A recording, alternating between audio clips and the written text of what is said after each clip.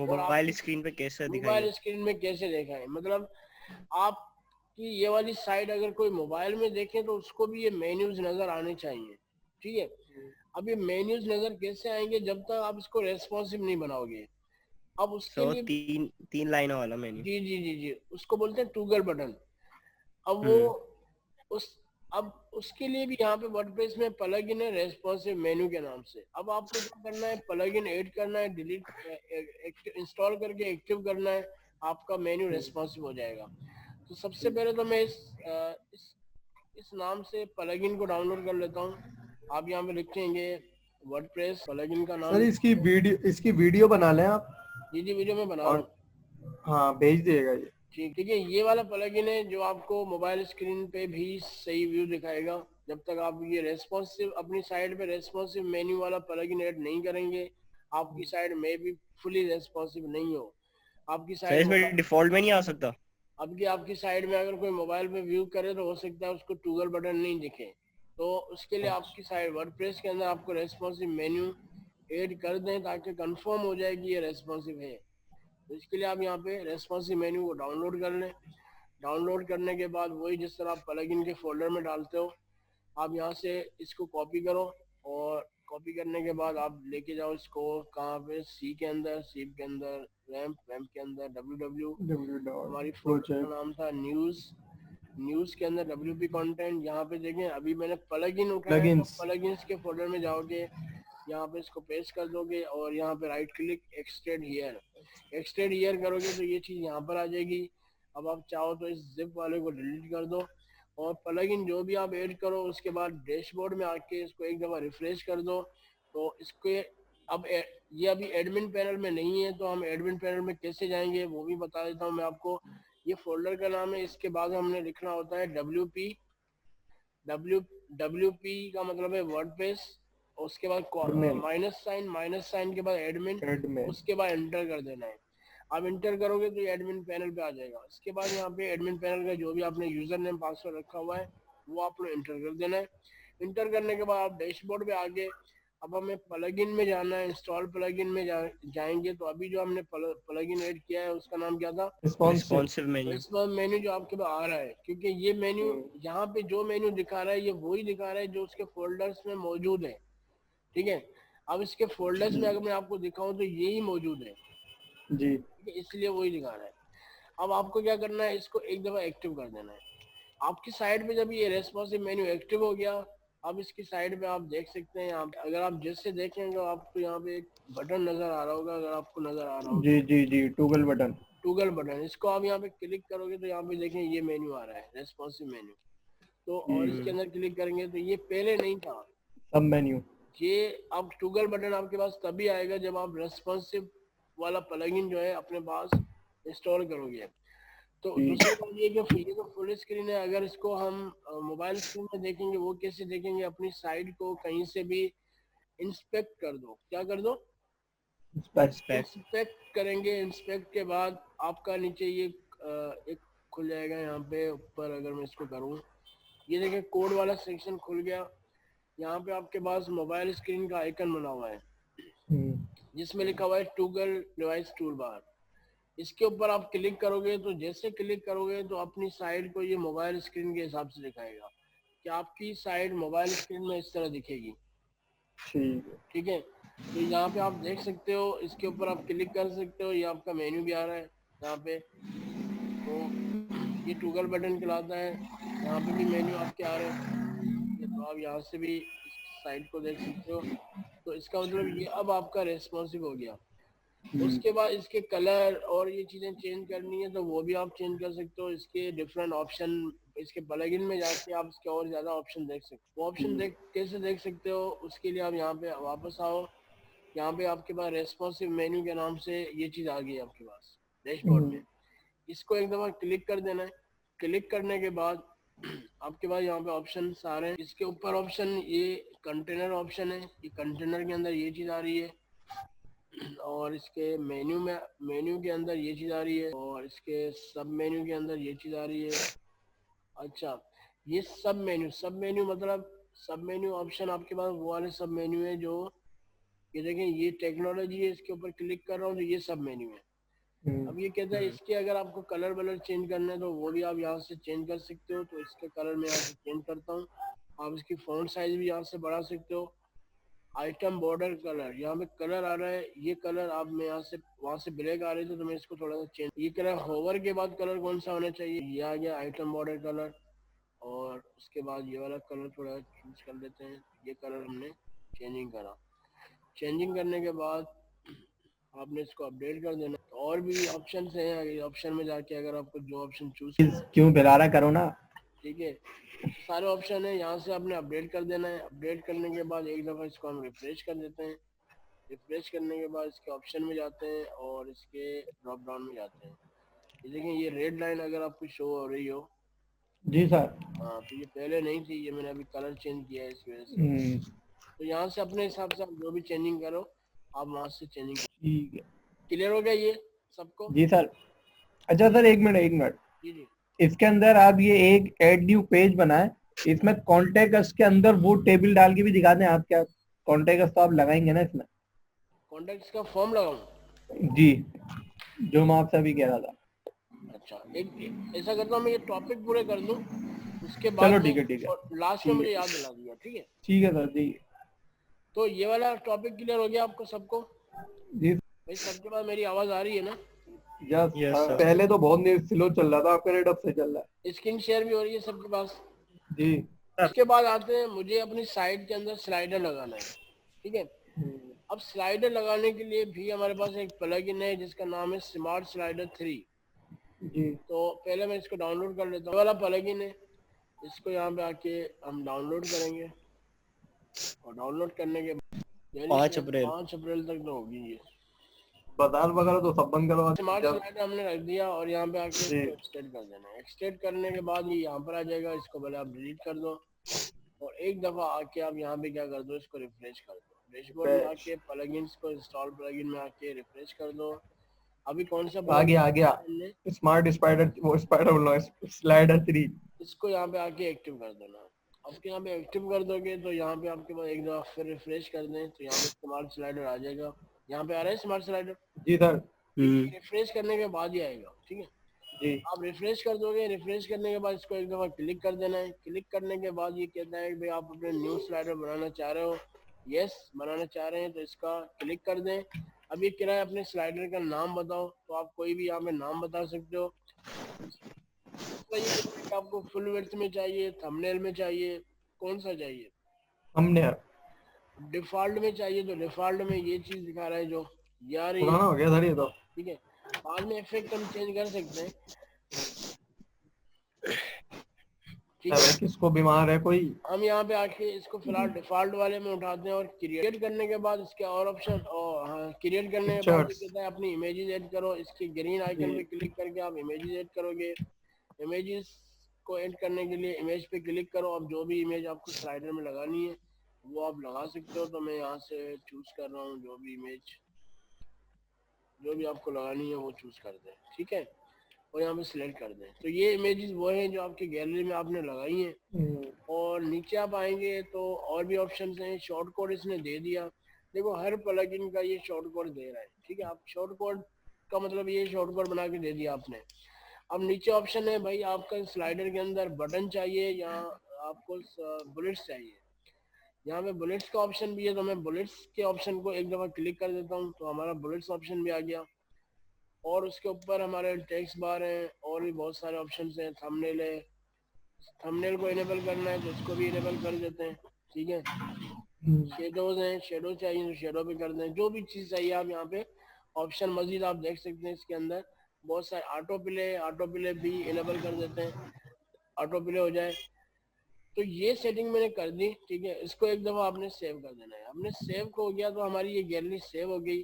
अब हम पब्लिश में आके, अब देखो पब्लिश में हमारे पास दो ऑप्शन दे रहा है, एक तो शॉर्ट कोड दे रहा है, दूसरा आपके पास PHP का कोड भी दे रहा है। अगर आप PHP डेवलपर हो तो आप PHP का कोड भी लगा सकते हो, वरना आप शॉर्ट कोड भी लगा सकते हो। तो मैं दोनों ऑप्शन बताऊंगा कि दोनों ऑप्शन कैसे लगेंगे।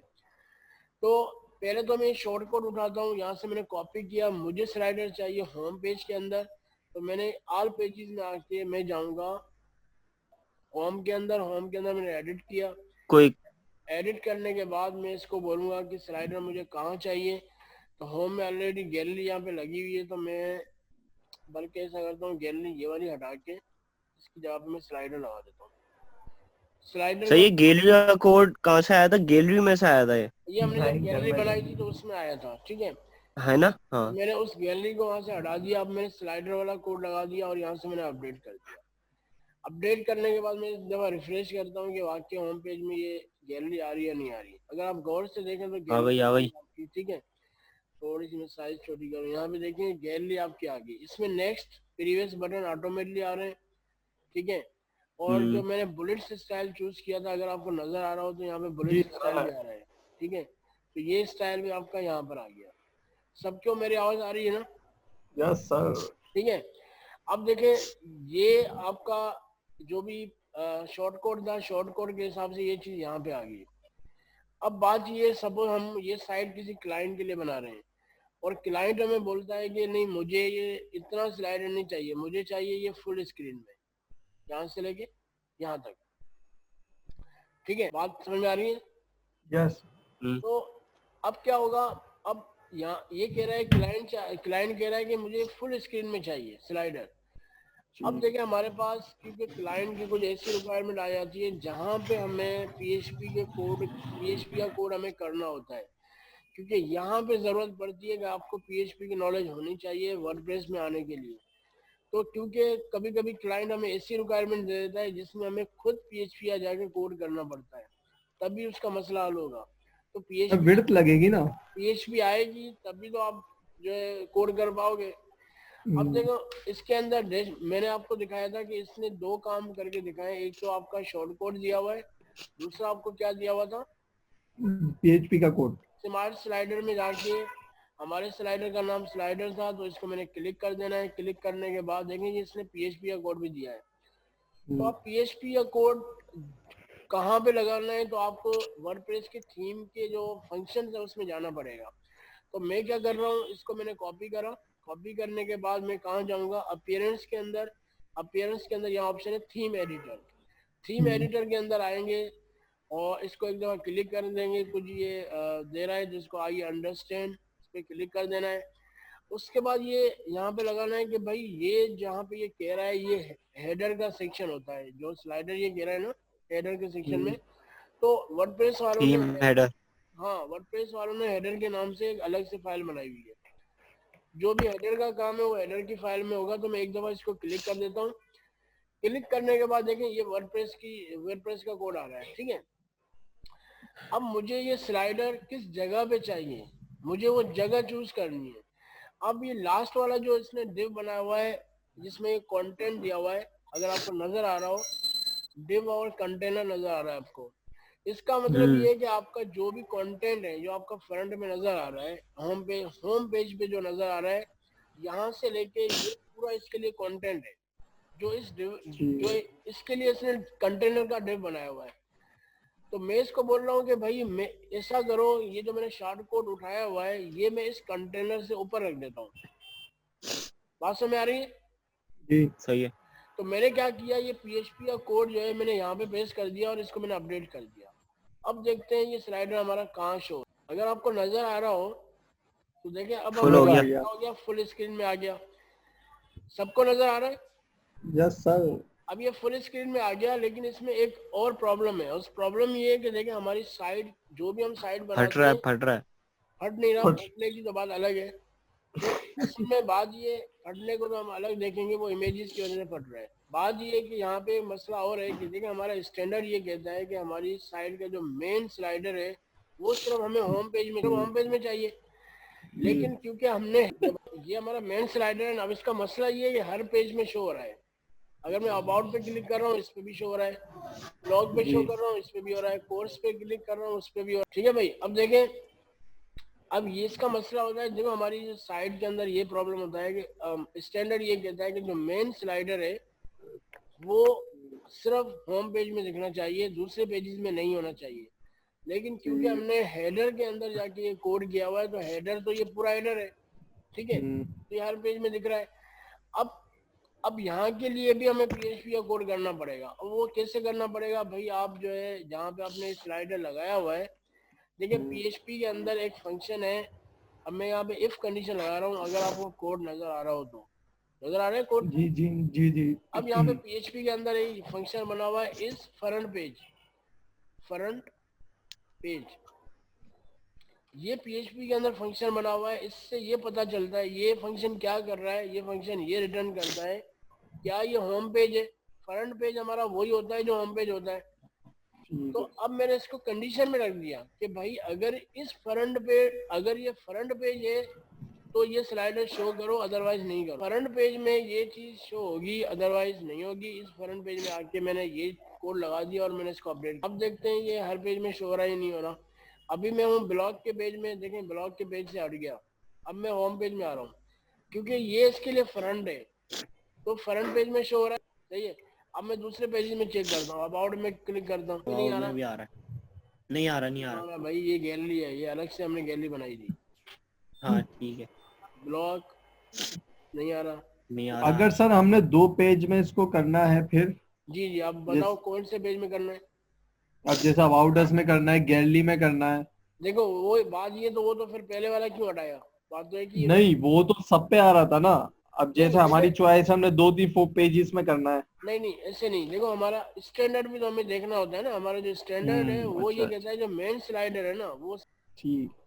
तो आई होप फर्स्ट कि क्लियर इम्प्रेशन, हुआ होगा। Last impression. आई होप कि ये क्लियर हुआ होगा। ठीक है। बिल्कुल तो बिल्कुल। देखें ऐसे काम के लिए हमें PHP का कोड करना पड़ता है। अगर हमें कोर PHP नहीं आती और हम डायरेक्ट वर्डप्रेस में आते तो ये कैसे करते हैं हम।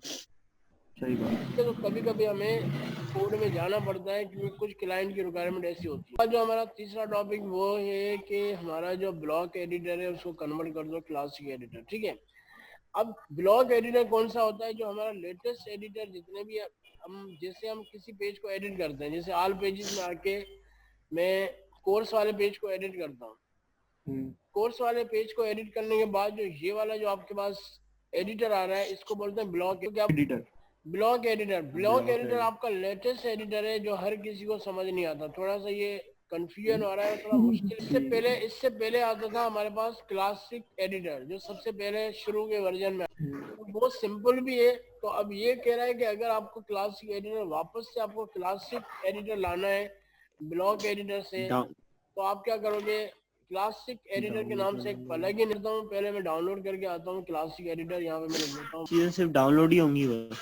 जितने काम है सारे काम ये प्लगइन बनाए देता है। इससे आपका काम फास्ट हो जाता है। अब क्लासिक एडिटर आपका इस तरह का नजर आता है और ये सिंपल है, हर कोई इसको समझ सकता है, इजीली पोस्ट कर सकता है। इजी तो खैर वो भी है, लेकिन उसमें ऑप्शन ढूंढने पड़ते हैं। वो यूज सही किया है, है एमएस मैंने। वर्ड की तरह काम करेगा। हाँ। चल और यहाँ पे आके न्यूज में WP कंटेंट प्लगइन, और यहाँ पे रख दिया प्लगइन, और यहाँ क्लियर कर लिया। एक्सटेरियर करने के बाद हम इसको ये कर देंगे और यहाँ पे आ गया। एक दफा वहाँ पे आके रिफ्रेश कर देना है हमें। इंस्टॉल प्लगइन में आके एक दफा यहाँ पे आके इसको इंस्टॉल प्लगइन, क्लासिक एडिटर आ रहा है, इसको एक्टिव कर देना है। जब एक्टिव हो गया, अब हम देखते हैं ऑल पेजेस में आके हमने कोर्स पेज में जाना है, एडिट। अब देखें अब आपके पास एडिटर जो आ रहा है वो पुराना आ रहा है। तो ये इजी है उसके निस्बत, क्योंकि इसमें आपको ऐड गैलरी करनी है, गैलरी का ऑप्शन यहाँ पर है। वहाँ पे आपको गैलरी ढूंढनी पड़ेगी। इमेज ऐड करना है, इमेज का ऑप्शन यहाँ पर है। बुलेट्स ऑप्शन यहाँ पर है। जितने वर्ड के ऑप्शन है, आइटम करना है, बुलेट्स डालना है, सारे ऑप्शन यहीं पर है। इसमें क्या है, उसमें आपको ढूंढना, वो प्लस के साइन करें सब चीज आ जाएगी। हाँ। तो ये इजी है, इसलिए कहता है कि आप क्लासिक एडिटर को यूज। यहाँ तक बात समझ में आ गई। Yes sir. इसके बाद जो दूसरा ऑप्शन है वो है आपके पास how to show recent post with thumbnail. अब अभी जो हमारे पास पोस्ट शो हो रही है रीसेंट पोस्ट, उसमें थंबनेल नहीं आ रहा। अब थंबनेल क्या होता है कि उसमें और हमारी साइड अच्छी लगती है। हमारी रीसेंट पोस्ट हमारी ये वाली रीसेंट पोस्ट है। अब इसमें सिर्फ टाइटल आ रहे हैं, हम चाह रहे हैं इसके साथ थंबनेल। वीडियो वाला लिंक लगाना नहीं आ रहा थंबनेल के पीछे। चलो उसको देखते हैं, पहले मैं ये टॉपिक कवर कर लूँ। उसमें URL सही दोगे तब आएगा, वरना आपके पास कोई ऐसी वीडियो पड़ी है तो उसका हम चाह रहे हैं रीसेंट पोस्ट के साथ हमारा थंबनेल भी शो हो। तो उसके लिए हमारे पास प्लगइन है प्लगइन का नाम मैंने लिखा हुआ है रिसेंट पोस्ट, इसको हम यहाँ से डाउनलोड, इसका नाम है वर्डप्रेस रिसेंट पोस्ट, थंबनेल के नाम से ये वाला है, इसको हमने जो है डाउनलोड किया और इसको वहाँ पे आके हमें लगाना है। सी के अंदर RAM www news WP content plugin, ये भी अच्छा प्लगइन, आपकी साइट को और अच्छा बनाता है, ये लुक अच्छा देता है ये। तो इसको भी हम एक्टिव कर देते हैं, यहाँ पे डैशबोर्ड में आके एक दफ़ा रिफ्रेश कर देते हैं इसको प्लगइन्स के अंदर, प्लगइन में आके यहाँ पे आपके पास आ रहा होगा ये रिसेंट पोस्ट वाला, ये आ रहा है रिसेंट पोस्ट विथ विजेट्स, इसको एक्टिव कर देना है। अब एक्टिव करने के बाद देखें ये हमारे पास विजेट है, विजेट ऑप्शन वो होते हैं जो साइड बार में आ रहे हैं।